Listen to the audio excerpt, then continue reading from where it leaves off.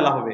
বিশ্ববিদ্যালয়ের সকল শিক্ষার্থীরা আসবে, খেলা দেখবে এবং এখানে যারা প্লেয়াররা আছে আমরা আশা করছি এখানে আমরা খুব সুন্দরভাবে ডিসিপ্লিন ওয়েতে খেলাধুলা করব। এখানে হারা অথবা জেতার কিছু নেই, আমরা সবাই খেলবো এবং সবাই জিতে যাবো ইনশাআল্লাহ। আর আজকের অনুষ্ঠানের সম্মানিত অতিথি ঢাকা বিশ্ববিদ্যালয়ের ফুটবল কমিটির সভাপতি এবং বিশ্ববিদ্যালয়ের সহকারী proctor doctor Rafiqul Islam sir, উপস্থিত সহকারী প্রক্টর কাউসার স্যার এবং উপস্থিত আমাদের আন্তঃহল ফুটবল টুর্নামেন্টে যারা স্পন্সর করেছে দেশবন্ধু গ্রুপের এখানে দায়িত্বশীল মোহাম্মদ ইউনুসুর রহমান ভাই এবং উপস্থিত ডাকসুর বিভিন্ন পর্যায়ের নেতৃবৃন্দ, হল সংসদের নেতৃবৃন্দ এবং সাংবাদিক বন্ধুগণ, সবাইকে আন্তরিক শুভেচ্ছা জানাচ্ছি। আমরা ডাকসুতে দায়িত্ব নেওয়ার পরে আমাদের পরিকল্পনা ছিল বিশ্ববিদ্যালয়ের যে শারীরিক শিক্ষা কেন্দ্র আছে সেটাকে আমরা একটা আধুনিক সেন্টার করব। আমরা কিছুদিন আগে চায়না গিয়েছিলাম। চায়নাতে যাওয়ার পর ওইখানে চায়নার যে বিখ্যাত ইউনিভার্সিটি গুলো আছে সেখানে আমরা ভিজিট করেছি, রাষ্ট্রীয় আমন্ত্রণে আমরা গিয়েছিলাম। সেখানে সিংহুয়া ইউনিভার্সিটি, এরপর হচ্ছে পিকিং ইউনিভার্সিটি, বেইহাং ইউনিভার্সিটিতে গিয়েছি। তো সিংহুয়া ইউনিভার্সিটিতে প্রত্যেকটা হলের সামনে চমৎকার চমৎকার মাঠ আছে এবং ওইখানে একটা স্লোগান আছে সিংহুয়া ইউনিভার্সিটির, no sports no study, no Tsinghua. মানে যে খেলাধুলা করে না সে সিংহুয়া, সেখানে সে সিংহুয়াতে পড়াশোনা করতে পারবে না এবং সে ফিজিক্যালি এবং মেন্টালি সুস্থ থাকতে পারবে না। তো এই সিংহুয়া ইউনিভার্সিটিতে আমরা যাওয়ার পরে দেখলাম ওদের যে কোর্স ম্যাটেরিয়ালস আছে, একজন শিক্ষার্থী যখন অনার্স শেষ করতে হয় তাকে খেলাধুলার উপর একটা সেমিস্টার তাকে পড়াশোনা করতে হয় এবং খেলাধুলাকে তারা এত সিরিয়াসলি নেয়। তো আমরা যদি সুস্থ থাকতে চাই, আমরা যদি আগামীর জন্য নিজেদেরকে প্রস্তুত করতে চাই, অবশ্যই আমাকে ফিজিক্যালি এবং মেন্টালি আমাকে সাউন্ড থাকতে হবে এবং সেই জন্য খেলাধুলা এটাকে বিশ্ববিদ্যালয় জায়গা থেকে প্যাট্রোনাইজ করতে হবে, এখানে সাবসিডি দিতে হবে, স্পন্সর করতে হবে।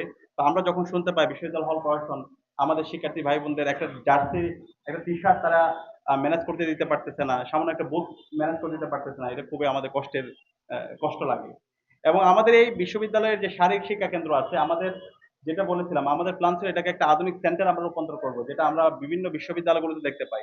তো বিশ্ববিদ্যালয়ের পড়াশোনার কাছে আমরা গিয়েছি, স্যারদেরকে বলেছি, বলার পর যেটা হয় তাদের স্পন্সর, তাদের ফান্ড নেই, আর্থিক সংকটের কারণে তারা এটা করতে পারছে না। তো পরবর্তীতে আমরা নিজেরা চেষ্টা করলাম, আমরা যারা অ্যালামনাই আছে আমাদের বিভিন্ন প্রতিষ্ঠান আছে আমরা তাদের কাছে গেলাম এবং তাদের কাছে গিয়ে এই এই যে শারীরিক শিক্ষা কেন্দ্রের জন্য আমরা 2 কোটি টাকার চেক আমরা সরাসরি নিয়ে আসছি। আমরা যখন ওই প্রতিষ্ঠানের কাছে গিয়েছিলাম, ওই প্রতিষ্ঠান বিসিবি আমাদেরকে স্পন্সর করেছে, তারা বলেছিল তোমরা নাও, তোমরা এই কাজটা করো। কিন্তু আমরা ডাকসুর ক্ষেত্রে ফাইন্যান্সিয়াল ট্রান্সপারেন্সি জায়গায় আমরা 100% আমরা এই ট্রান্সপারেন্সি আমরা ইনশিওর করেছি। আমরা কোনো টাকা পয়সা লেনদেন করি না, আমরা বলেছি এই টাকাটা, এই চেকটা আমরা নিব না, আমরা খরচ করবো না, এটা আমরা সরাসরি বিশ্ববিদ্যালয়কে দিব। বিশ্ববিদ্যালয় এই টাকাটা তারা তাদের মতো করে খরচ করে আমাদের শারীরিক শিক্ষা কেন্দ্রকে একটা আধুনিক সেন্টার রূপান্তর করবে। তো আজকে সে চেক হস্তান্তর করার প্রায় 6 মাস পার করতেছি।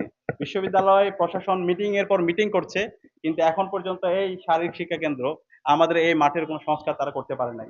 এবং এই ফান্ডটা আমরা নিয়ে এসেছি, ডাকসু নিয়ে এসেছে। যে কমিটি গঠন করা হয়েছে সেই কমিটি থেকে ডাকসুর যে স্পোর্ট সম্পাদক এবং কার্যনির্বাহী সদস্য এবং আমরা নিয়ে এসেছি, আমাদেরকে বাদ করে দেওয়া হয়েছে। তো এটা তো খুবই একটা অপ্রত্যাশিত আচরণ। আমরা তো এরকম বিশ্ববিদ্যালয় চাই নাই জুলাই বিপ্লব পরবর্তী। আমরা নতুন ভিসি স্যারকে আহ্বান জানিয়েছি, আমরা চিঠি দিয়েছি এবং আমরা বলেছি আমরা ফান্ড নিয়ে এসেছি এবং শিক্ষার্থীরা এটার জন্য সাফার করছে, আপনারা এখন এটা একটু বাস্তবায়ন করেন। কারণ কিছুদিন আগে বৃষ্টি, সামান্য বৃষ্টিতে আপনারা দেখতে পাইছেন এখানে কোমর পর্যন্ত পানি। পরবর্তীতে আমরা এখানে আসে মাছ, প্রত্যেকে মাছ আমরা ছাড়ছি, ট্রেজারার যে আমাদের যুক্তিগুলো দেয় সেগুলোকে আমরা সামনে তুলে ধরে। তা আমরা আশা করছি আমরা যে ফান্ড নিয়ে এসেছি 2 কোটি টাকার ফান্ড, এখানে শিক্ষার্থীরা আছে, সামনে ডাকসুর মেয়াদ আর মাত্র 2 মাসের মতো আছে। আমরা এর মধ্যে এটা বাস্তবায়নের জন্য আমাদের জায়গা থেকে সর্বোচ্চ প্রেশার ক্রিয়েট করব, আমরা যৌক্তিকভাবে আন্দোলন গড়ে তুলব এবং আমরা আশা করছি শিক্ষার্থীরা বিগত সময়ে আমাদেরকে যেভাবে সাপোর্ট দিয়েছে ইনশাআল্লাহ এই দাবি আদায়ের জন্য তারা আমাদেরকে সাপোর্ট দিবে এবং ভবিষ্যতেও এই বিশ্ববিদ্যালয়ের এই যৌক্তিক তাদের যে দাবিগুলো আছে সেগুলো তারা আদায় করে নিবে।